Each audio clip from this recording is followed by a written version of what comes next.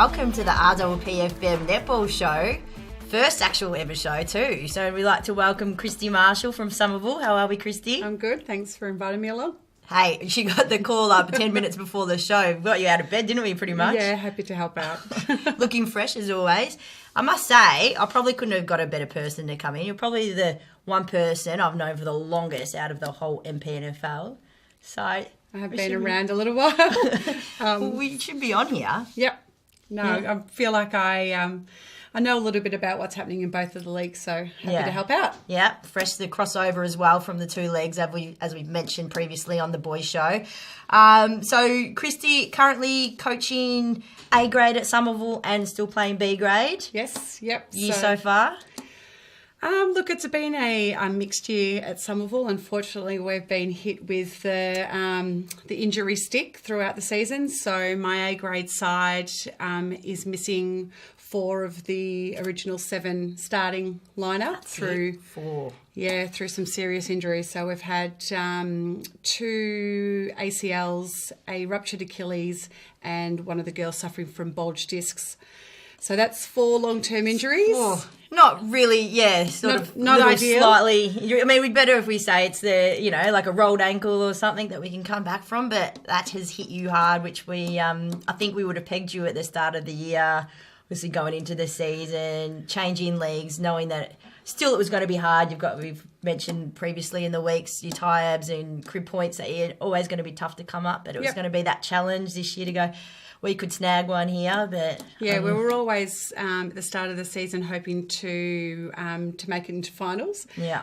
But with significant injuries, so 2 of those girls, Emma Callender, she injured her Achilles in selections, so that made her. So that's our one of our key shooters. So that made her pretty much ineligible for the season. And then the other ones happened throughout the early stages. Yeah. And then throw in there also that one of my girls, Elise, fractured a finger. So we have really been, finding it really hard. But unfortunately, it hasn't also stopped with our A grade side. So we've also had an ACL with one of our B grade players, a broken arm with a C grade player. Are these all happened during games? So we're about to play round 13, and all of those have taken place in those first 12 rounds. What's going on? Do we need to get down to the courts, down to the council and say, what have you done to the surface? Well, they haven't all just been, they haven't all been at Somerville. So we've, all right. So it's pinpoint them through and it hasn't been across a few. Our surface particularly, but I really would be happy to have somebody come through, maybe with burning some sage or some crystals or something like that to take away our bad luck. It's definitely easily the most unluckiest club this year from what I've heard. And 4 of us starting 7 in the A grade.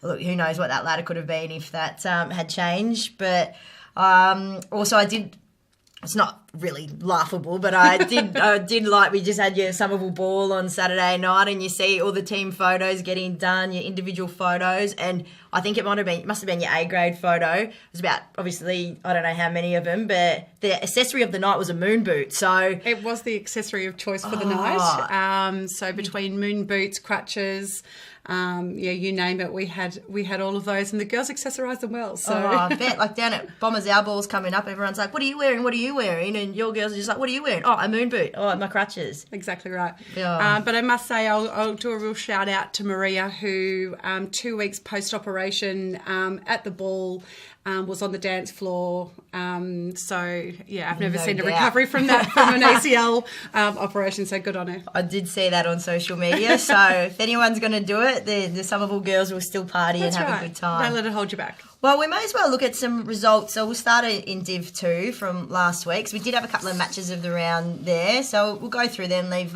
your game till last. Mm-hmm. One of the matches of the round, we saw Crib Point playing Tie-Up. Tie-Up winning 43-28, a bigger deficit than I would have thought for 2 teams in the top 4. Yep.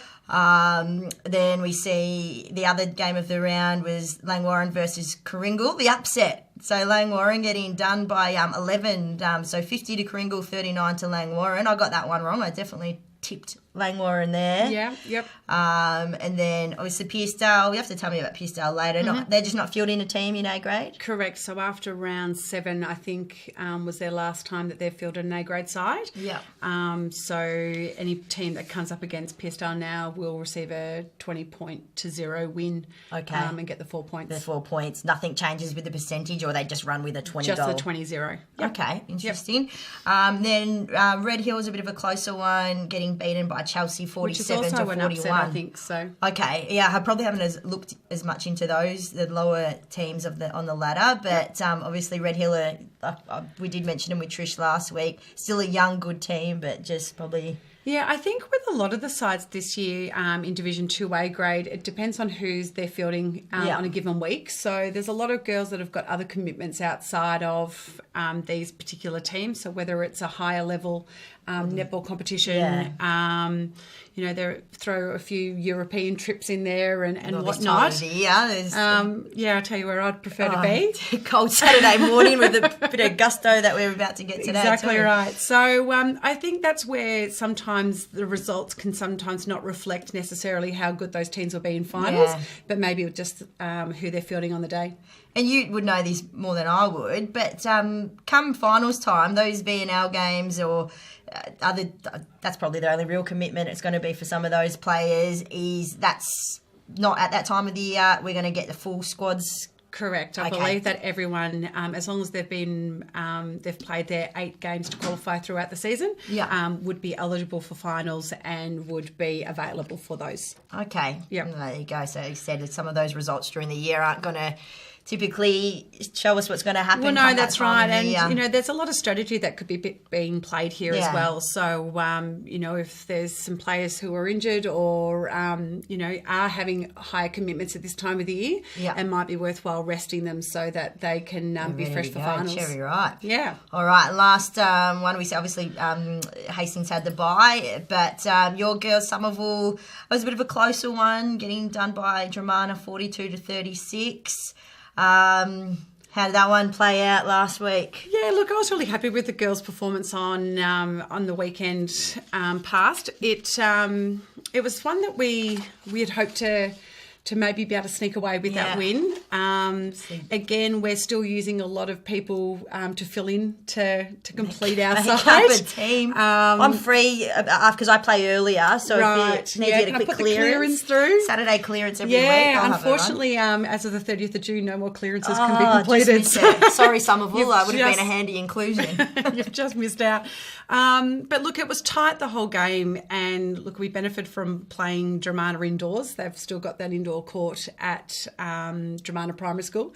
Great, this time of the year we do cancel those ones. Yes, that's a blessing, especially considering that of the injuries that they've taken throughout the year. I feel that you're probably less likely to be injured on that indoor court. So that was lovely. It was a really great game. The Dramana girls were good. It was a good contest. It was well umpired, and it is what it is. It is. Yeah, it's always it's not bad going down there. Friendly girls, and but unless you stay dry, so that's always good. And like they're sitting 6 on the ladder, so they're still.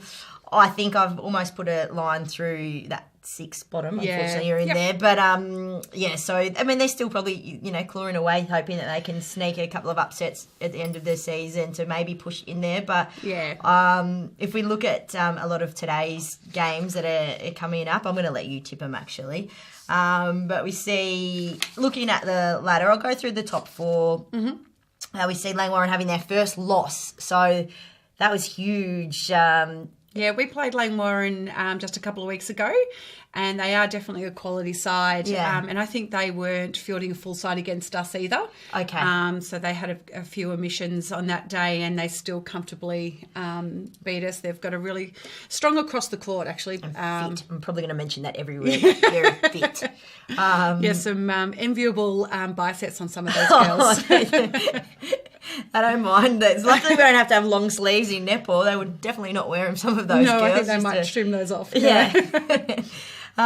So we see Langwarrin, but still sitting on top with that their first defeat.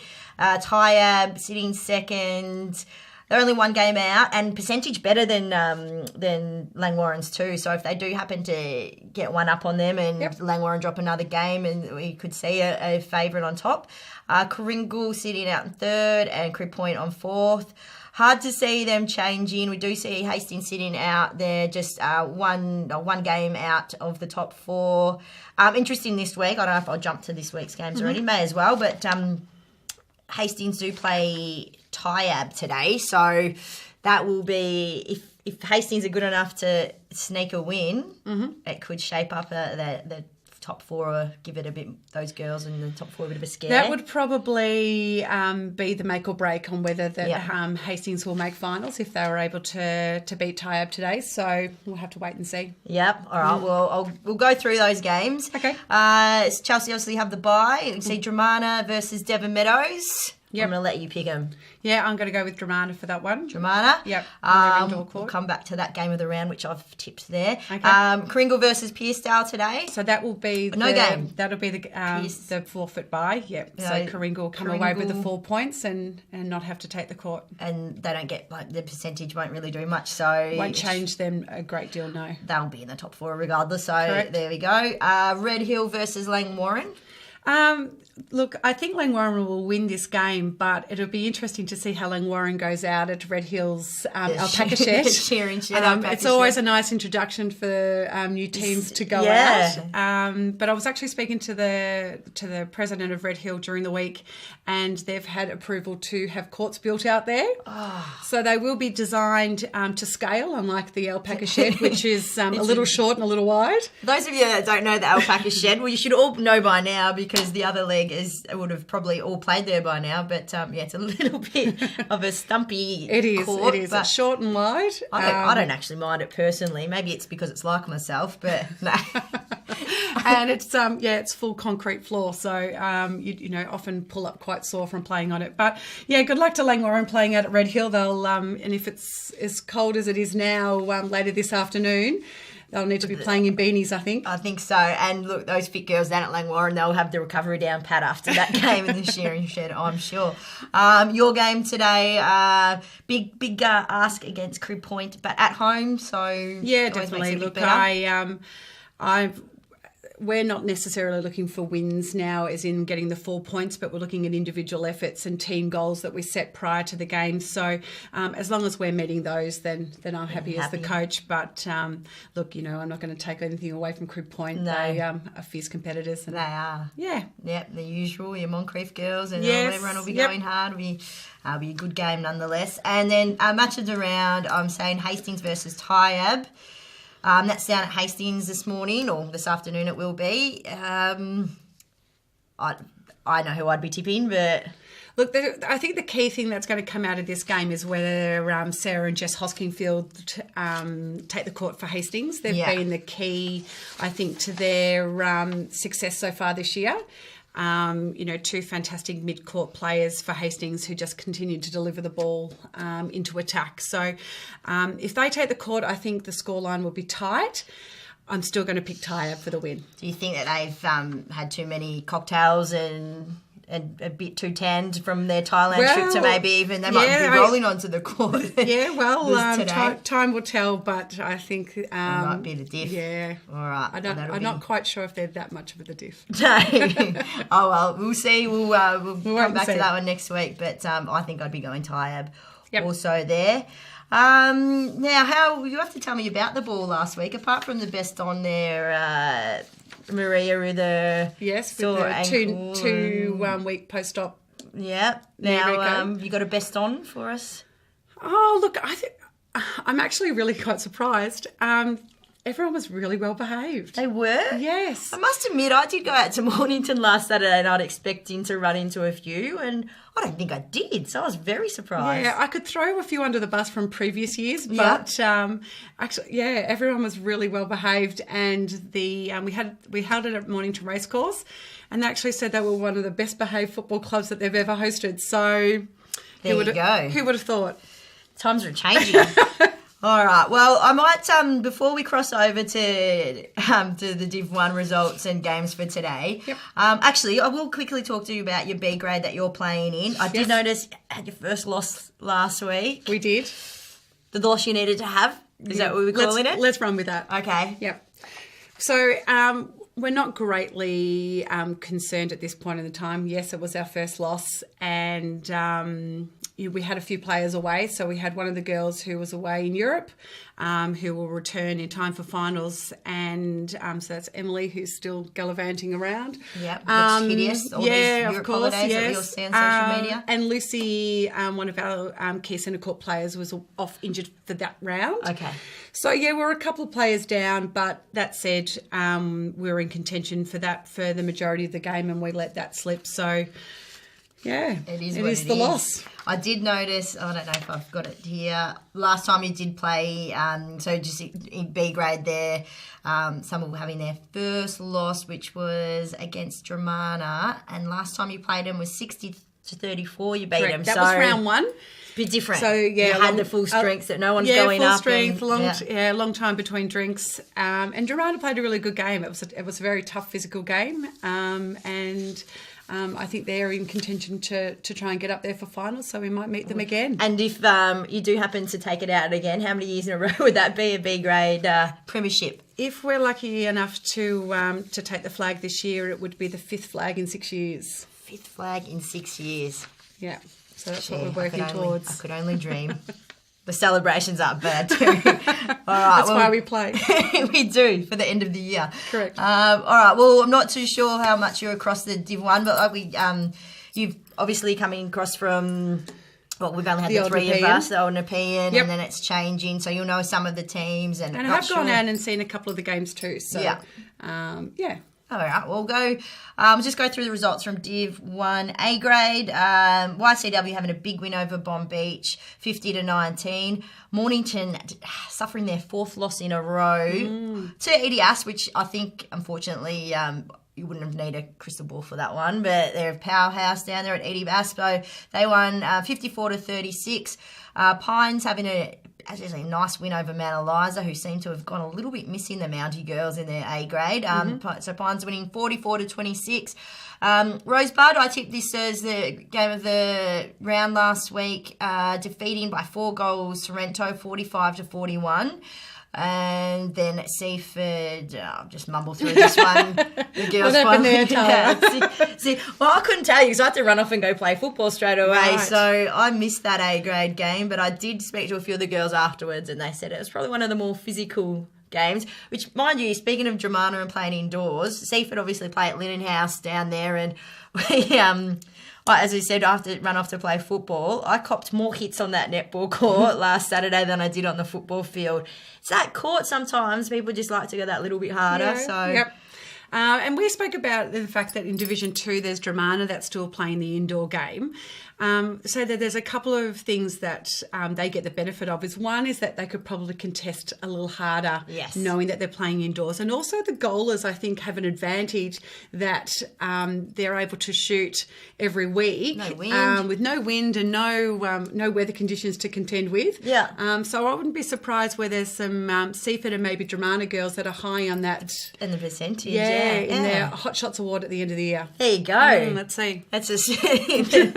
That's a good little one there for you. So, and also, last time we actually played Seaford, it was that torrential rain that we got earlier in the year where a couple of the games got called off. So from going from that extreme to indoor, totally different games than earlier in the year. Yeah, big surprise there though with with Rosebud overcoming Sorrento. Rosebud would have been wrapped with that result, I would say. Yeah, definitely. Yep. I picked Sorrento last week, and looking at the ladder, then for some of those results didn't really change things too much. But Seaford, fun fact for you, in Div 1, every team that's sitting on top of the ladder has not dropped a game, haven't even had a draw. Where after last week in Div 2, obviously with Langwarrin losing, every team in Div 2, losing, no one's undefeated, either undefeated or at least had a draw. So everyone can sleep at night knowing that's an interesting fact. But we see the ladder in A grade. Seaford, as I said, on top, undefeated, massive percentage of 200. EDS next with only the one loss, and then Sorrento and Rosebud. So that 3 versus 4 there. It just puts what. Actually, it's only the 4. No, yeah, so the game ahead now, Sorrento, after winning that. They could have gone 2 ahead if they'd won that, Sorrento, so they'll be disappointed in themselves. But Mornington today, when I go over to today's games, they actually have a bit of a do or die, I think. I think today's their game. If they want to stay in touch with the finals, they have to win. But I'm not too sure how they're going to go, but I think they'll be hungrier than any other team. And I'll put a line through everybody else. All right, today's games in Div 1, we see Frankston versus Frankston, the Frankston Showdown. So a couple of old teammates that will be playing against each other too. Throughout the sides that you've got. Yeah. Look, I think YCW would be probably a little bit shocked where they're sitting on the ladder if they had have looked at it at the start of the year. Yeah. Would have been hoping that they were probably, top 4 potentially. I think so, yeah. And I think they really, the back end of this season will be wanting to really show that they're, that they're contenders and they're. So absolutely. Unfortunately to your club, Tales, I think YCW will get up on that one. Well, I'll obviously go against you and go for the Bombers. They'll be hungry for a win after having a bigger loss last week because they've put it together a couple, so it'll be interesting. Then we see Rosebud versus Pines. Yep, down at Rosebud, I'm going to choose the home team. Yep. Sorrento versus Bond Beach. Yep, Sorrento. Yeah, the Sharks. To come back the Sharks down at the Bond at the beach. That's Sharks versus Sharks. It's a Shark Week. Shark Fest. Oh. So I think Sorrento after the last week's loss will really want to bounce back and a big win to just get a bit of percentage in there too. Yep. And Mornington's must-win game. I think they should be able to do it. They're playing Mount Eliza in the indoor courts there as well at Dvorak College. Yeah, I think with Mount Eliza's loss last week against Pines, I'd be interested to know whether they're missing a few players, whether it was just last week or if, hopefully they haven't suffered the injuries that we have. But based on last week's results, I think Mornington should take that one out. I think so. Maybe Mount Eliza, without being too... they might have a few European holidays themselves. Not saying because they're in We're Mount not Eliza. stereotyping at all. No. All right. Well, I think we'll start to wind it up there. I did mention you off air that I was going to give you some Fast Five. I guess like a little bit we have Fast Five in netball. We'll just shoot some questions at you and see how you go. Are you nervous? Great. You can't say no, so you have to. All right. Let's start with a couple of easy ones. Favourite Australian netballer? I'll go Shani Layton. Okay, good. Favourite MPNFL netballer? Be careful. Oh, I'm going to go with my partner in crime in defence, Emily Williams. Okay, good one. Yep. Former Bomber girl, so I'm happy with that one. All right. Okay, attack or defence? Oh, defence now. Oh, okay, good. Specialist at both. All right. We're speaking of specialists. Ladies' Day specialist down at Somerville. Oh, I'm going to say Stacey Beath. Oh, I thought you were going to go Maddie Roberts then. Yeah, so she was the one who I was tossing up. You can go, Ty. Yeah, I think Stacey, because she contributes so much to the all-round and the design of it and the setting it all up as well. Yeah, I like that. She deserves that then. All right, last one I should say. All right, this one's going to be a quick one. Danny Planner or Bryony Kelly? Oh. I can't pick those. That's like choosing between children. I can't. I'm not picking. Oh, okay. We won't put that on the show then. No, we will. All right. Well, that's us done for this week. And good luck today against, at home. And you too. Thank you. We'll need it. Get your rain jackets on. All right. That's us signing off for our first show. So hopefully they'll have us back next week. We'll see you maybe finals time. Yes, hopefully. All right.